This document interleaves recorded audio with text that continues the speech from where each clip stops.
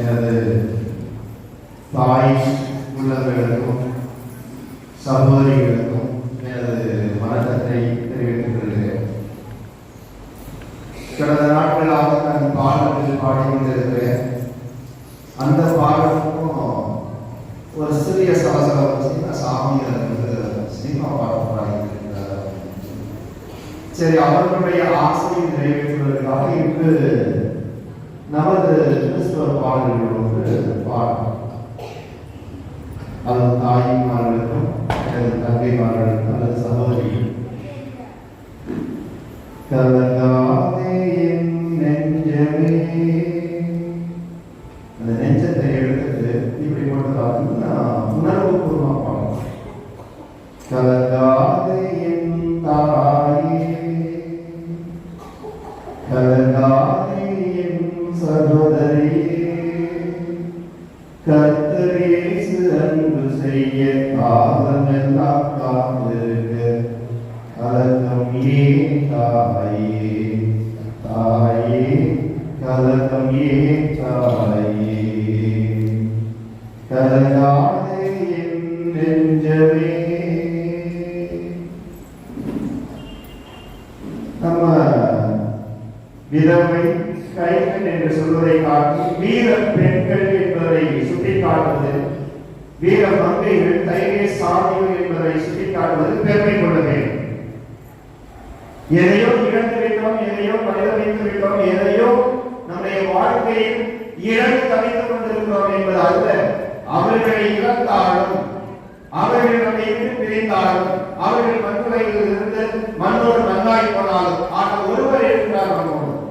யாருடன்? ஆண்டவர் இயேசு கிறிஸ்து. அந்த ஆண்டவர் இயேசு கிறிஸ்து நம்மோடு இருக்க நாம் ஏன் கலக்கப்பட வேண்டும்? நாம் ஏன் அஞ்சப்பட வேண்டும்? ஆகிய இருக்கக்கூடிய எனது சகோதரிகளாக இருக்கட்டும், எனது தாய்மார்களாக இருக்கட்டும், எதை குறித்து அச்சப்பட வேண்டாம், எதை குறித்து அச்சப்பட வேண்டாம், அஞ்ச வேண்டாம், கலக்கப்பட வேண்டாம், கலக்க வேண்டாம், எவற்றை குறித்து நீங்கள் கவலைப்பட வேண்டாம். ஏனென்றால் ஆண்டவர் இயேசு கிறிஸ்து ஆண்டவர் உண்மையோடு இருக்கிறார் என்பதை தெளிவாக சுட்டி காட்டுகிறது. உங்களுக்கு திருப்பாடல் அதிகாரம் 68:5 இதெல்லாம் உங்களை பற்றி தான் மையமாக சிந்திக்கிறோம். திருப்பாடல் 68:5 திக்கற்ற பிள்ளைகளுக்கு தந்தையாகவும், நான் கடவுள் சொல்றார், பார்த்து, திக்கற்ற பிள்ளைகளாகிய நீங்கள் உங்களுக்கு அவர் தந்தையாக இருக்கிறார். கடவுளை இறந்தாளின் காப்பாளராகவும் இருப்பவர் தூயகத்தில் உரையும் கடவுள். சொன்னீங்களா? நீங்களும் நானும் சக மனிதர்கள் உங்களோடு இருக்க முடியுமா? நான் தந்தையாக இருக்க முடியுமா? தாயாக இருக்க முடியுமா? உங்களுடைய காப்பாளராக இருக்க முடியுமா? இல்லை. உங்களுக்கு நான் தந்தையாகவும் காப்பாளராகவும் இருப்பவர் யார்? தூயகத்தின் கடவுளாகிய அந்த ஆண்டவர் தான் உங்களுக்கு உறுதுணையாக இருக்கிறார்.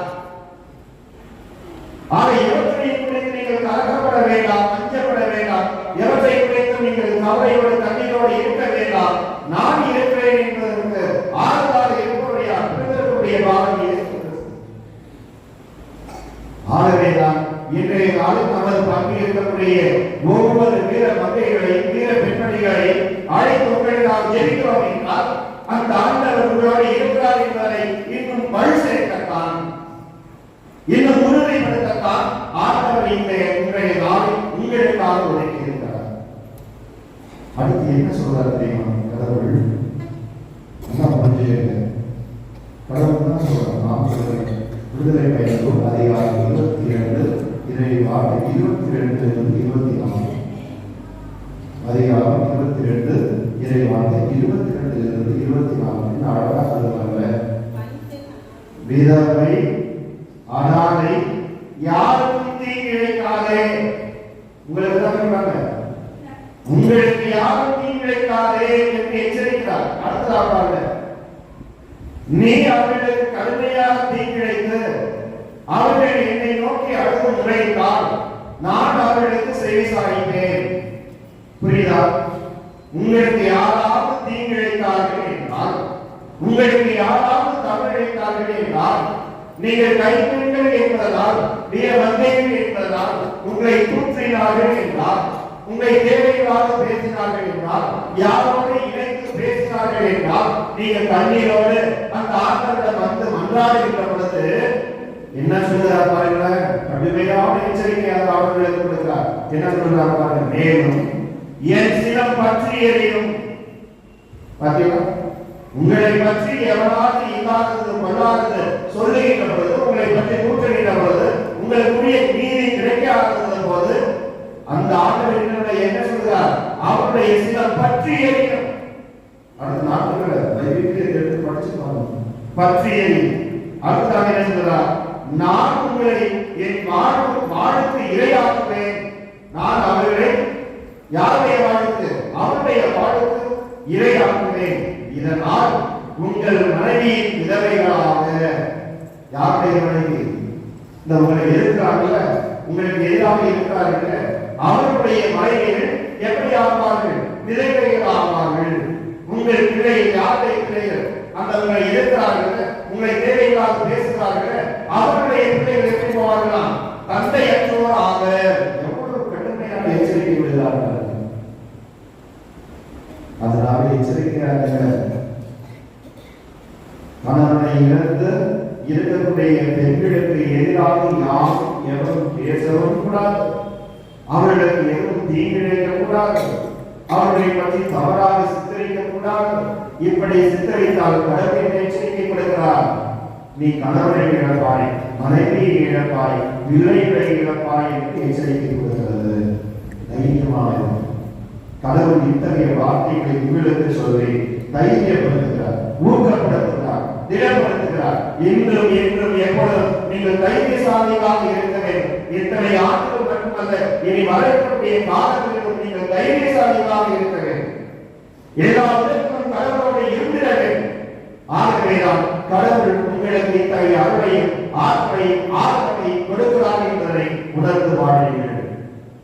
அடுத்து என்ன சொல்றாரு பாருங்க, யாக்கோபு எழுதிய யாக்கோபு சொல்றாரு, அதிகாரம் 27 தந்தையார் கடவுளின் பார்வையில் தூய்மையானதும் மாசற்றதுமான சமய வாழ்க்கை எதுவெனில், நமக்கு தான் சொல்றார், எதுவெனில் துன்புறும் அனாதைகளையும் கைப்பெண்களையும் கவனித்ததும் உலகத்தால் கரைப்படாதபடி தம்மை காத்துக் கொள்வதும் ஆகும். சரியா அடைகிறார், நெத்திய கிடைக்கிறார். தந்தையார் கடவுளின் பார்வையில் தூய்மையானதும் மாசற்றதுமான சமய வாழ்க்கை எது, ஒற்றுமையான வாழ்க்கை எது, ஜாதி மதம் பார்க்காது இருக்கக்கூடிய வாழ்க்கை எது என்றால் கைப்பெண்களை கவனித்ததும் துன்புறும் அனாதைகளை கவனித்ததும் உலகத்தால் கரைப்படாதபடி தம்மை காத்துக் கொள்வதற்கு இறைவன் கொடுக்கக்கூடிய அருள் கொடை என்பதை நாம் சுட்டிக்காட்டுகிறார். அப்ப இன்றிலிருந்து என்ன செய்வோம், நம்மோடு சகோதரிகளாக பயணிக்கக்கூடிய அந்த வீர மங்கைகளை, வீர பெண்மணிகளை நாம் என்ன செய்ய வேண்டும், அரவணைக்க வேண்டும், அவர்களை அன்பு செய்ய வேண்டும், அவர்களுக்கு இயன்ற உதவியை நம்மால் செய்ய வேண்டும் என்பதை இதனால் ஆக்கப்பெயர் நமக்கு நிறைவாக கிடைக்கும் என்பதை நாம் நமக்கு சுட்டிக்காட்டுகிறது. ஒரு உதாரணம், கண்ணைக்கு கோபம். கண்ணை கோபம் ஒரு நல்ல உயர்ந்த வாலிபம் அல்லது உயர்ந்த சிறந்த கோவலன் இருக்கிறார். கண்ணகியை மறந்து கொள்கிறார்.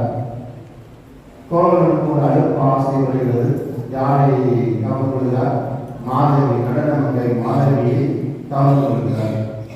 நடன மங்கை மாதவியோடு சென்று விட்டதனால் கண்ணகி தனியாக விடப்படுகிறார்.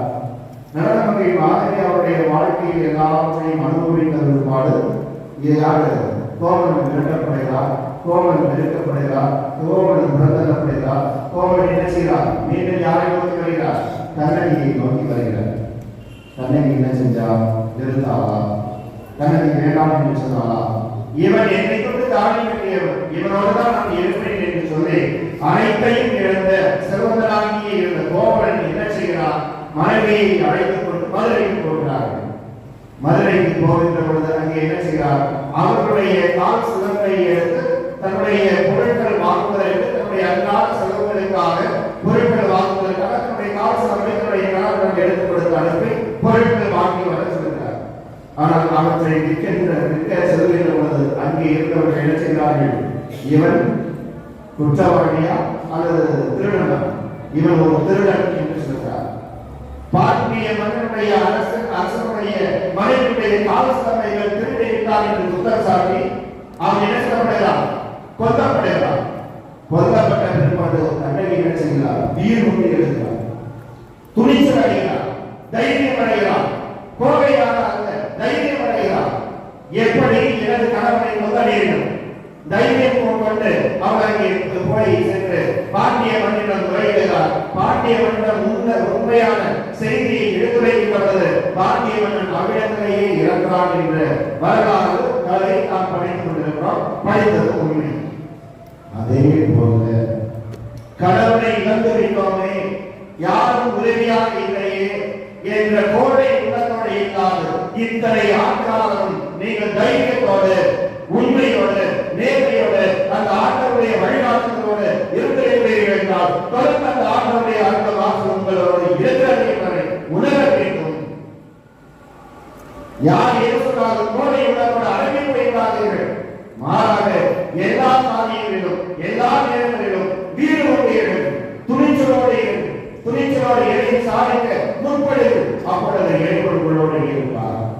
ஆகையே இயேசு கிறிஸ்துவுக்கு பிரியமானவர்கள், உங்களுக்காக கடைசியாக செய்தி என்னவென்றால் 1 தீமோத்தேயு 5:3 வந்தார்.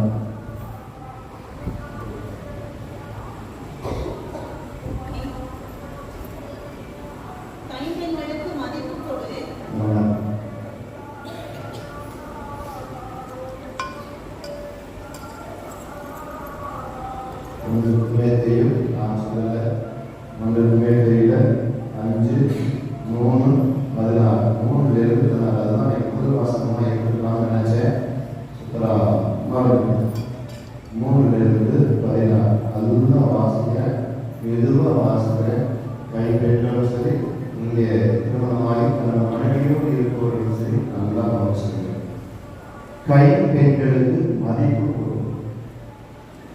ஆதரவற்ற கைப்பெண்களையே இங்கு குறிப்பிடுகிறேன்.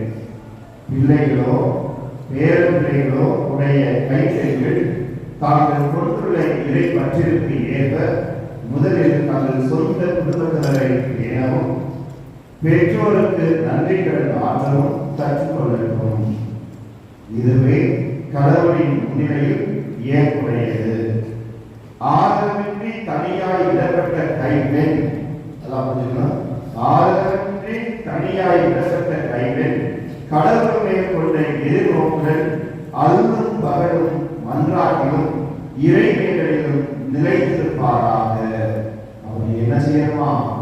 தைரியங்களாகிய நீங்கள், வீர மங்கைகளாகிய நீங்கள், வீர பெண்களாகிய நீங்கள், தைரியசாலிகளாகிய நீங்கள் எப்பொழுதுமே அல்லும் பகலும் யாரிடம் மன்றாட வேண்டும்? ஆண்டவரிடம் மன்றாடுகிறீர்கள். சிற்றின்பத்தில் உழப்பவர்கள் நடை பிணங்களே. கணவனை இழந்துவிட்டோம், ஆகவே சிற்றின்பத்திற்கு இடம் கொடுப்போம் என்று சொல்லுகிறவர்கள் எச்சரிக்கிறார். அவர்கள் நடை பிணங்களே. கைப்பெண்களுக்கு யாதொரு குறை சொல்லவும் ஆதாரவாறு வாழ இவற்றை அவர்களுக்கு கட்டளையிட்டு தம் உறவினரை சிறப்பாக தம் வீட்டாரை ஆதரியாலோ நம்பிக்கையை மனிதரை போலாக மதுரைத்தார். அவர்கள் நம்பிக்கையற்றவரை விட தாழ்ந்தோரானார்கள். 60 வயதுக்கு குறையாத ஒருவரே கைப்பெண்ணாக பதிவு செய்ய அனுமதிக்கப்பட வேண்டும். அப்படின்னா சின்ன வயசுல இருந்தாலும் அவன் கைப்பெண்கள், வீரமங்கைகள், வீரப்பெண்கள், கைப்பெண்கள் இதற்கு என்று சொல்ல வேண்டாம். அவர் ஒரு தலைமுறையை கொண்ட மனைவியால் இருந்திருக்க வேண்டும். அவர் பிள்ளைகளை வளர்த்தல், விருந்தோம்பல் செய்தல், இறைமக்களின் தாழ்மைகளை தழுவுதல், இன்னொருவருக்கு உதவி செய்தல் என அனைத்து நற்செயல்களிலும் ஈடுபட்டு அவற்றால் நற்சார்பு பெற்றவராக இருக்க வேண்டும். இளம் கைப்பெண்களை பதிவு செய்யாதே. இதன் கைப்பெண்களை பதிவு செய்யாதே, ஏனெனில் கிறிஸ்துவிடமிருந்து தங்களை பிரிக்கக்கூடிய தீய நாட்டம் எழும்போது அவர்கள் திருமணம் செய்து கொள்ள விரும்புவார்கள். தாங்கள் முதலில் கொடுத்த வாக்கை மீறினால் அவர்கள் தண்டனைக்கு உள்ளாவார்கள். அதோடு வீடு வீடாய் சுற்றி திருந்து சோம்பேறிகளாக இருக்க கற்றுக்கொள்வார்கள். சோம்பேறிகளாக இருப்பது மட்டுமின்றி தகாதவற்றை பேசி வம்பளிக்கிறவர்களாகவும் பிறர் அலுவல்களில் தலையிடுகிறவர்களாகவும் இருப்பார்கள். ஒரு சிலர் அப்படி செய்யக்கூடாது. எனவே இளம் கைப்பெற்று மீண்டும் திருமணம் செய்து கொண்டு பிள்ளைகளை பெற்று வீட்டு தலைமைகளாய் இருக்க வேண்டும் என்பதே என் விருப்பம். அப்போது எதிரி பழிதூற்ற எந்த வாய்ப்பும் இராது. ஏனெனில் இவர்கள் சிலர் ஏற்கனவே நெறிதவறி சாத்தானுக்கு பின் சென்று விட்டார்கள். கடைசியாக நம்பிக்கை கொண்ட பெண் ஒருவரிடம் கைப்பெண்கள் இருந்தால் அவரே அவர்களுக்கு உதவி செய்யட்டும். திருச்சபை மீது அச்சுமையை சுமத்தக்கூடாது. ஏனெனில் அப்போதுதான் உண்மையிலேயே ஆதரவற்ற கைப்பெண்களுக்கு திருச்சபை உதவி செய்ய முடியும். எவ்வளவு அறிவுரைகள் கொடுக்கப்படுகிறது. ஆக கடவுள் உங்களோடு இருக்கிறார், உங்களோடு பயணிக்கிறார், உங்களுக்கு தேவையானது அனைத்தையும் செய்து கொண்டிருக்கிறார். ஆக கடவுள் இருக்கு, நான் ஏன் அஞ்ச வேண்டும், நான் ஏன் கலங்க வேண்டும், நான் ஏன் எனது கணக்கு இல்லையே போய்விட்டாரே என்று நான் வருத்தப்பட வேண்டும். அவர் போனாலும் என்னை படைத்த இறைவன் இருக்கிறார், அவர்களுடைய துணை கொண்டு நான் எதையும் சாதிக்க முடியும் என்று எண்ணத்தோடு வாழ்கின்றது. இறைவனுடைய ஆற்றலையும் வல்லமையும் பெற முடியும் என்ற சிந்தனையோடு தொடர்ந்து மன்றாடுவோம். வந்த இறைவன் நல்லது புரிவாராக.